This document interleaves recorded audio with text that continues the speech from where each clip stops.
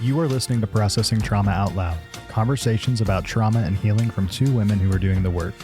My name is Jeremiah Jones, and I am the producer of this podcast. In today's episode, Candace and Cher start a 4-part series discussing rupture and repair in our most meaningful relationships. Today's topic will look at what rupture is and how childhood ruptures in relationships affect our current adult relationships. When relational ruptures continue without real healing, wounds become messages about who we and others are that make it difficult to have satisfying and safe relationships. Healing childhood wounds is the way we learn to work through the ruptures we have in relationships today. Hi, Cher. Hey, Candace. Great to be with you today. It's good to be with you, even though we're no longer together in person. I know. That was fun. And I loved recording in person. And I hope that we can have more opportunities to do that. Mm-hmm. So if our listeners didn't listen to last week, which was Thanksgiving week, they wouldn't know what we're talking about, but we got to meet in Des Moines, Idaho and spend a few days together celebrating 6 months of podcasting. You got your states mixed up there. Des Moines. Did I say Idaho? Yeah. I got Idaho. I got to Idaho on the brain because I have a daughter that lives there. Yeah. But we want to just clarify. Yeah. Thank you for repairing that rupture, Cher. Well, thank you for receiving my correction with grace. Yes. Speaking of rupture and repair, we have decided to take on this very important topic of what is rupture in relationships? How do we repair? And as we were talking through what we wanted this to look like, we knew we were going to need about at least 4 episodes. And so I'll just give a brief overview of what this is going to look like today, and then for the next 3 weeks after that. Today, we are going to be looking at rupture, and you're going to be giving just an overview of what does it look like to have a healthy, satisfying relationship as an adult, and then what are some ways that we look at if we're in an unhealthy, dissatisfying relationship. We're going to connect that to having complex childhood trauma. And so this week, we're going to look at rupture. Next week, we're going to look at what it means to regulate in this space. And then we are going to look at repair and what does repair look like in more detail than we're going to give today. And then our last one is going to be the question, does rupture and repair always mean reconnection? That's where we're headed in this 4-part series. We just know that really at the end of the day, we all want to be connected in healthy, safe, good, life-giving relationships. And sometimes we don't even know why it's been so hard to be in that space. Yeah, I think so often it's hard to know why we are in the cycle of our most important relationships is a place that brings more pain than rest and peace and safety. And that's hard. And I want to encourage our listeners, even as we go into this, to just think about your primary 2 or 3 relationships that you have. And just to pause for a second and think about, are they satisfying? Do you love being with that person and you feel like there's mutuality and understanding and care? And when somebody is off, the other person is able to move toward them, where if there's a misunderstanding, space is made to really be able to figure that out and come to a place of having understanding. Are these relationships places where there's love, where you feel joy and where you feel safe? Or, and of course, the spectrum is broad, so you can fall on the spectrum at various points. But the other end of the spectrum is where your most significant relationships really aren't that satisfying and tend to be a place where there's a lot of pain. Maybe there's a lot of criticism, defensiveness, contempt, and even kind of that stonewalling where there's a lot of emotional withdrawal, rejection, and abandonment. And if you find yourself there a lot and having feelings in your most significant relationships, that these are the things that define them, it's really a good time to take a look at this whole aspect of rupture and repair, and how did this factor into the trauma that you experienced in childhood? Because when we have childhood trauma and there has been rupture, it wasn't repaired, and there wasn't the steps were not taken to really bring you back to a place of safety and security and where the healing can really take place. And so when that happens and we're left in these places of rupture that never get healed, we kind of go through our whole lives reenacting those situations very subconsciously, but reenacting those situations, still trying to solve the problem from way back. And so this is huge. This is a very huge issue. And I think that a lot of us spend a lot of our lives more toward the end of the spectrum of our most significant relationships being difficult and hard and dissatisfying. And so we want to really bring some vocabulary to this. We want to bring some understanding. And so we're going to go back to kind of this first session here. We're going to talk about what is rupture in our childhood trauma and how does that kind of have an effect on us as we go forward into life.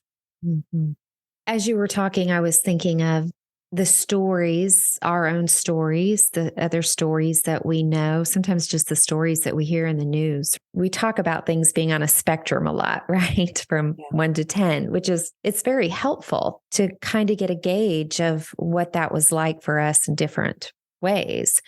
But I think sometimes it's hard for us to name as adults that if we don't have these horrific stories of severe abuse, that we minimize the ruptures that we did have that were just consistent and never repaired. There wasn't a caregiver or a parent seeing that we're maybe afraid, seeing that we're under a lot of stress, seeing that we have tummy aches every day or however that looks. If you were thinking, well, I didn't have any ruptures as a child, but yet you do have stories that involve not being seen, not feeling safe, not feeling seen or secure, not feeling secure, it would be good if you are in these spaces of having dissatisfaction and unhealthy relationships today to get more curious about, why do I keep going back to these places and relationships today,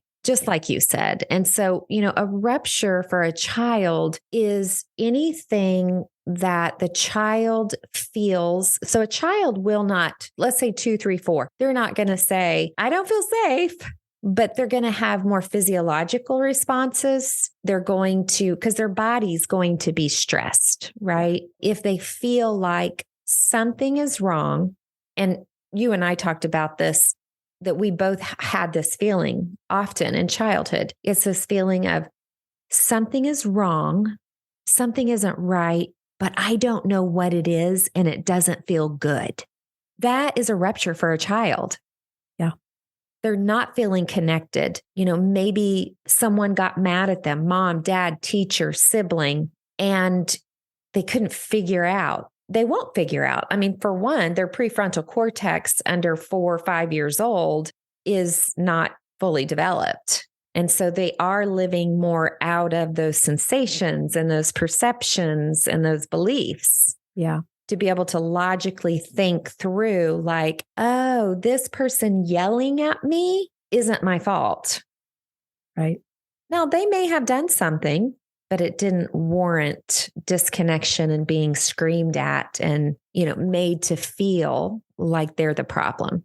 Yeah. And I think we do just have to name that a lot of us had primary caregivers who had their own issues and struggles that have not been healed. And so again, I just want to say, we're not here to blame our parents and say they were horrible, but we have to look at what was real. And sometimes when we're looking back into childhood, things can happen even at the pre-verbal stage, even just being overstimulated too often and not being given the proper amount of rest that an infant needs, right? There can be things that happen in the pre-verbal stage, or like you said, in those really young years that we don't even fully understand, but we have the sensation in our body and we have the struggle in our limbic brain that would tell us that there were some things that happened back there. There were some ruptures that weren't repaired.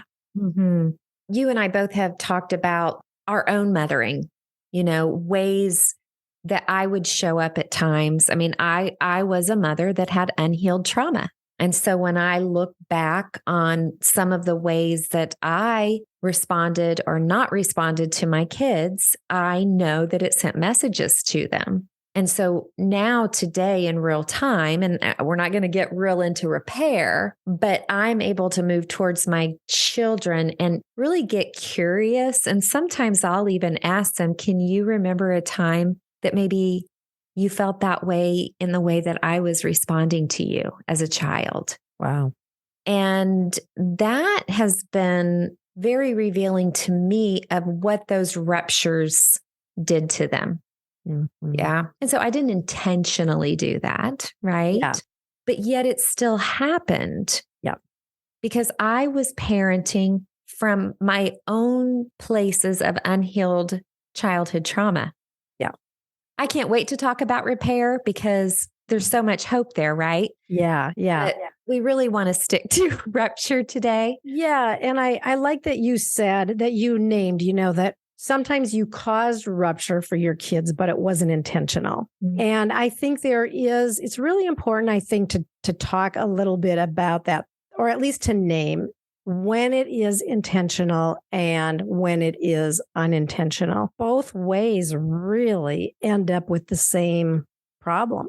Mm-hmm. There's been rupture. So like you said, sometimes people will say, well, I don't have really severe abuse in my background. Sometimes the more subtle harm is even the more difficult because it is very hard to really find clarity on what it is that's going on in my body or my brain. Why do I have these feelings every time a certain thing happens? So whether the harm or the rupture that occurred for us was intentional or unintentional, it still caused a rupture. Mm-hmm. And if there wasn't repair and healing that wasn't able to take place, we go forward in life with struggles. And what are some of the struggles that we have when we go? What are some of the struggles that show up in our relationships as a result of unresolved trauma in childhood and the rupture that happened?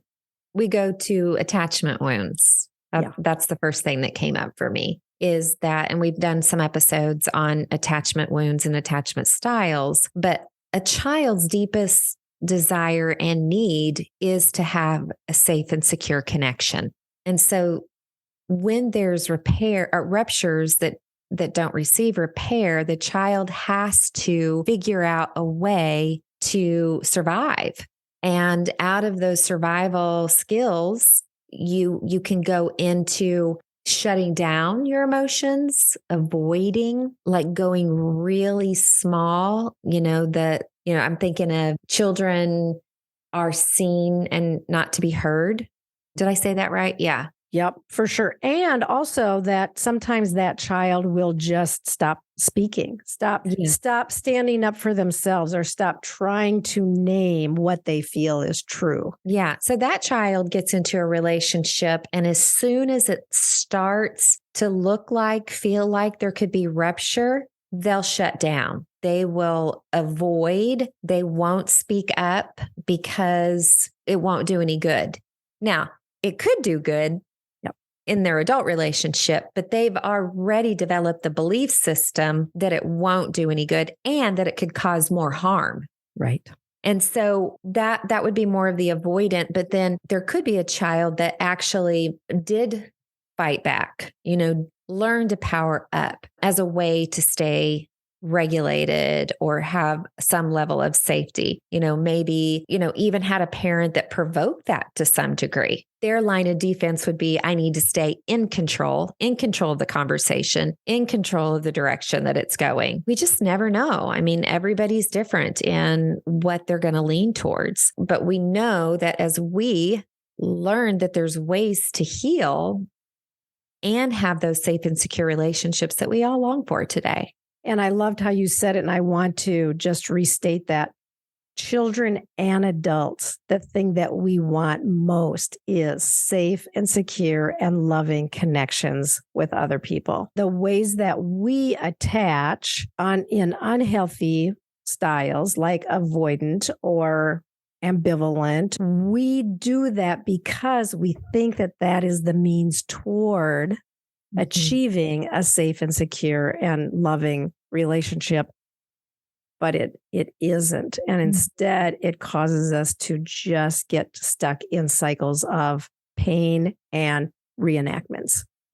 Which leaves us oftentimes in this place of feeling very lonely and isolated. And this is where we get into self-contempt and other contempt.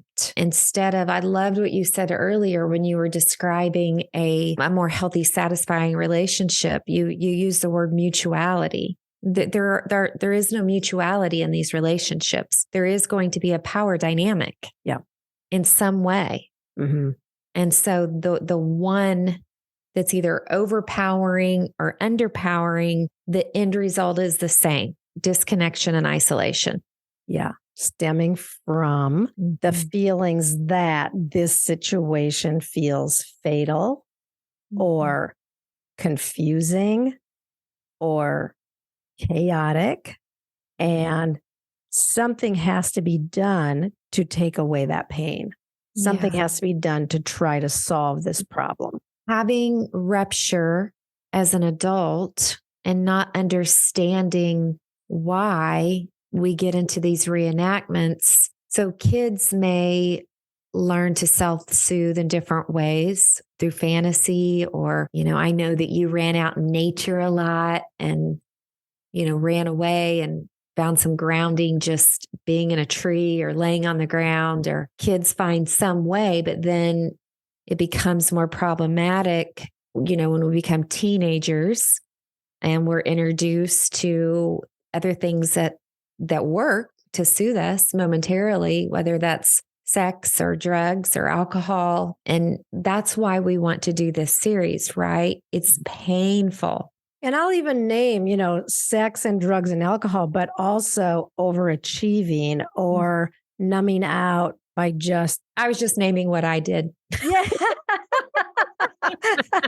Okay, so now I'm naming what I did. Okay, you go for it. Yeah, I didn't do the big three, right? So I did more like trying to make sure that everybody was okay, right? Or trying to keep peace, or being alone, quiet in my room and reading a book, but it was still ways of coping. They look better. They can look really even good, especially if you're an achiever, an overachiever. You can get a lot of accolades for what you're doing when really you're doing the same thing ultimately that the person next to you is maybe being judged and condemned for, just because your behavior looks more socially acceptable, but doing the same thing. And then we carry that forward into adulthood, and maybe we hone it a little bit into more, again, socially acceptable ways that our society can tolerate or accept. But we're still doing the same thing if we are in the constant cycle of rupture without repair, but striving for meaningful relationships and loving relationships. If there's not repair, man, we got a problem, and we have to move toward it. And the fact is, nobody knows how to move toward it. I think one of the most significant things on my healing journey has been this idea, and we didn't really talk about this, but we've talked about it a lot. I want to bring it into this because I think it's very significant. Before we get into being able to repair with other people as an adult, there is this space where we begin to repair with ourselves. Mm-hmm. There is this space where the rupture is actually being disconnected from ourselves. Yeah. And that is huge when you begin to reconnect with who you are, who you were created to be, and you begin to offer yourself grace and forgiveness and compassion and kindness. You know, it really is from that space, which I realize even as I'm talking about this, we're going to be getting into some stuff that we're talking about on the next episode. So you have to listen to the next episode. I just wanted to name that really as an adult, before we can move towards someone else, this work is about moving towards yourself first. Absolutely. And then as you're moving toward yourself, if you're doing that with someone who's walking with you, like a therapist or a story coach or a friend who can help hold some of this. But then as you experience rupture in a relationship where someone can guide you toward, like saying, hey, I'm experiencing some rupture here. I'm experiencing some change in you. And I want to invite you to use your voice and tell me what you're feeling. Mm-hmm. Right. Yeah. Because I remember the first time that was really named straightforwardly in our Pearls group, and something had happened and there was rupture, and it was, wow, I think most of us, maybe all of us, were spinning a little bit with what's going on here. And we kind of saw how each one of us handled it differently. But then because we had a coach who helped lead us through it, like we were able, that was kind of my first experience of having somebody actually name, we have some rupture that occurred here. And we don't want to just smooth it over and make it better and move on. We want to talk about what happened and what are the feelings that each of you are carrying. And it was this ability, or it was this moment when we were guided toward being able to overcome our helplessness and powerlessness and to be able to use our voices. And it was the first experience for me of seeing clearly what is rupture, and then what do you do when that happens so that you can actually move toward it. And all of us say to this day that that was a moment where our relationships grew so much deeper and our love for each other became so much stronger. And it came out of something that was hard and where there was potential for a lot of hurt. Mm-hmm. I love how slow we went. Yeah. So we took, I want to say months, several months that we continued to process. I know personally, I was getting very curious with very much compassion on noticing that in the past, I would have been gone. Yeah. I would have said, see you later. Yeah. And yet I didn't do that. Yeah. And that was the value of going so slow, right? Because we weren't going slow only because we were focusing, day after day after day after day on that scenario, but because we were able to really bring in the fuller scope of here's what happened in my childhood that caused me to want to handle it this way. And if I choose not to do that and I feel the dysregulation, what are my options then instead of doing my old ways of coping that I don't want to do anymore? Mm-hmm. Yeah. Yeah. And, I love that we have in our story group with 5 of us, we've let each other know when there's rupture, here's what you can look for. Yeah. Mm-hmm.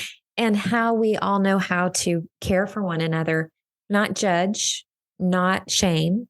Yeah. But just with the stories in mind, move toward and say, we can handle.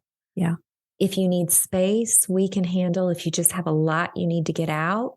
It's been wonderful. So yeah, I look forward to just continuing in the next 3 weeks of moving towards what does it look like to regulate before there can be repair. So next week we'll be on regulation. Yeah. And I want to just leave our listeners with a question to ponder. And that is, as you look at your 2 or 3 most significant relationships today, where do you put yourself on the scale of a 10 being, I am highly satisfied? There's goodness there. There's love. We do repair. All of those hallmarks of a secure, loving relationship. That's a 10. A 1 is, oh man, we are in so much pain. There's constant criticism and rejection, and we just hurt each other. From 1 to 10, we're all there somewhere. And where are you? And what role does rupture that has not been repaired, what role does that continue to play? So that's 1. Look at your relationships today. Then spend a little bit of time pondering what feels similar going far back. Maybe look at your teen years and then your childhood years. Like, what feels familiar? Where can you begin to identify, like, there was some rupture there that I don't think was ever really cared for. And I think it's had a really big effect on my life. So I would just invite our listeners to really take a look at that. We are going to spend, as you have said, Candace, several weeks talking about this, because this kind of is one of the really big things in life. We want relationships that are loving and good. I want that. You want that. We want that for our listeners. So that's what we're going to talk about. This topic that I think is just so good to talk about. Yes, I agree. So good to be with you today, friend. You too. I love you. Love you too. Thank you for listening to Processing Trauma Out Loud. Make sure to check out the show notes for links to suggested resources and social media. Like, subscribe, and follow to keep up with our weekly content. And if you don't mind, take a moment to rate and review us. Your feedback is extremely valuable and contributes to the success of this podcast. Music was created by Caleb Paxton, and our sound engineer is Jeremiah Jones of Audistory LLC. We welcome you to join us for more conversations soon. Take care.